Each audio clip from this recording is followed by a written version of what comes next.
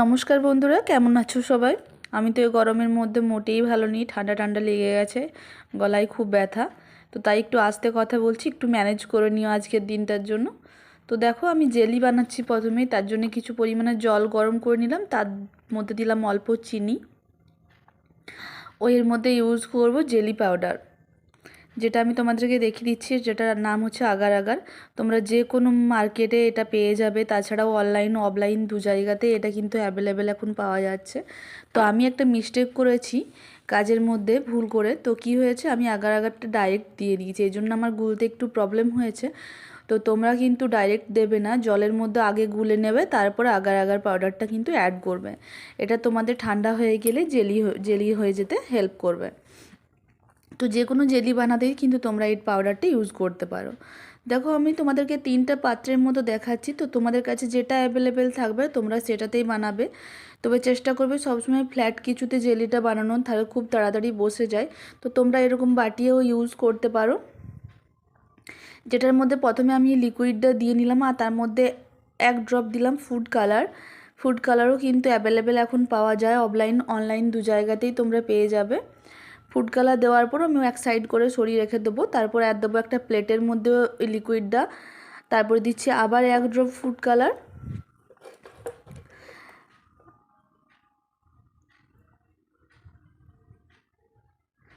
এটাও দেখো মেশানো হয়ে গেছে। তো আমি যেটা তোমাদেরকে বলছিলাম, তোমরা কিন্তু সব সময় চেষ্টা করবে এরকম ফ্ল্যাট কিছু নেওয়ার। আমি তোমাদেরকে দেখানোর জন্য জাস্ট 3টা জিনিস ইউজ করে দেখাচ্ছি, যে কোনো কিছুতেই বসাতে পারো। বসাতে সব কিছুতেই পারো জেলিটা, কিন্তু ওগুলোতে বাকিগুলোতে ফ্ল্যাট কিছু না নিলে বাকি জিনিসের সময়টা অনেকটা বেশি লাগে। তো তোমরা কিন্তু এরকম কাপের মধ্যেও বসাতে পারো, সেটাতে আরও অনেক বেশি সময় লাগবে বসতে জেলিটা। আমি জাস্ট তোমাদেরকে দেখানোর জন্য আমি এটা ইউজ করছি। নর্মালি না হলে কিন্তু ফ্ল্যাট কিছুতেই জেলিটা বানানো ভালো। তো দেখো, এটার মধ্যেও আমি দিয়ে নিলাম 1 ড্রপ কালার। জাস্ট 1 ড্রপই দিতে হবে। নাড়াচাড়া করে এটাকেও আমি সাইড করে রেখে দেবো, কিছুক্ষণের জন্য রেখে দেবো, বসতে দেবো। তো দেখো, আবার জল গরম করতে দিয়ে দিয়েছি, এর মধ্যে দিয়ে নিলাম সাবু। এই সাবুটা কিন্তু মোটা দানার সাবু নিতে হবে।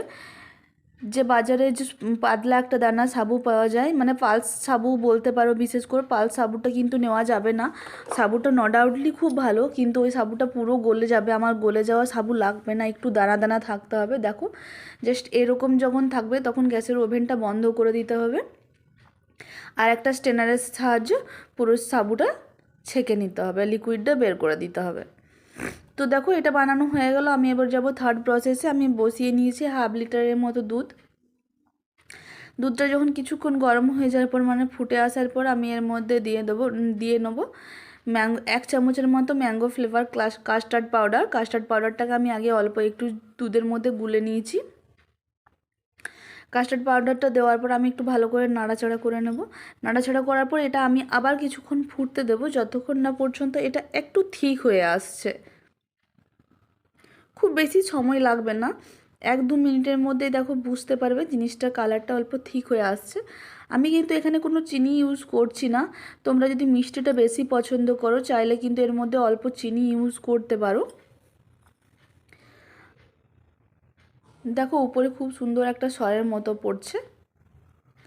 আমার কিন্তু যে দুধের লিকুইডটা বানিয়েছি, মানে যেটা মেন উপকরণ, যেটা কাস্টার্ডের লিকুইডটা, এটা কিন্তু তৈরি হয়ে গেছে। এরপর আমি একটাকে এক সাইড করে ঠান্ডা হতে রেখে দেবো।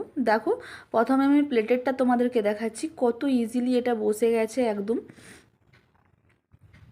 আর এটাকে তুলে নেওয়াও কিন্তু খুব সহজ। সেক্ষেত্রে বলে রাখি, আমার কাপের লিকুইডটা কিন্তু এখনও বসেনি, ওই জন্য তোমাদেরকে দেখাতে পারছি না, ওটা আরেকটু সময় লাগবে বসতে। তো ওই জন্য আমি ওটা লাস্টে ইউজ করব। দেখো, এরপর আর কিছু না, পুরোপুরি ঠান্ডা হয়ে যাওয়ার পর একটা বাটির মধ্যে ট্রান্সফার করে নেবো। তোমরা কিন্তু চাইলে এর মধ্যে কিছু বরফ দিতে পারো, তাহলে খুব ঠান্ডা হবে আর খেতে খুবই ভালো লাগবে। এরপর দিয়ে নেব যে সাবুর উপরের যে দানাটা ছিল, সেই দানাটা পুরোটা আমি মিশিয়ে দেবো।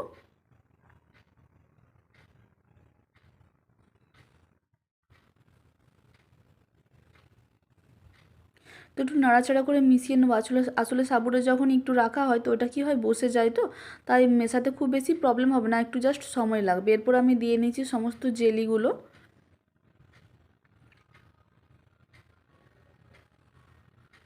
তোমরা জেলিগুলো কিন্তু যে কোনো শেপে কাটতে পারো। আমি যেটা প্রথমেই বললাম আমার যে ব্লু নয়, গ্রিন কালারের যে জেলিটা, ওটা কিন্তু আমার বানাতে একটু বেশি সময় লেগেছে, তার জন্য লাস্টে ওটা ভিডিওটা মিসিং আছে, মানে দেখানো হয়নি জেলি কাটাটা। একই প্রসেসে কেটেছি কিন্তু ওটা বসতে অনেকটাই সময় লেগেছে। দেখো আমি গ্লাসের মধ্যে কিন্তু আমার ড্রিঙ্কটা রেডি করে নিয়েছি।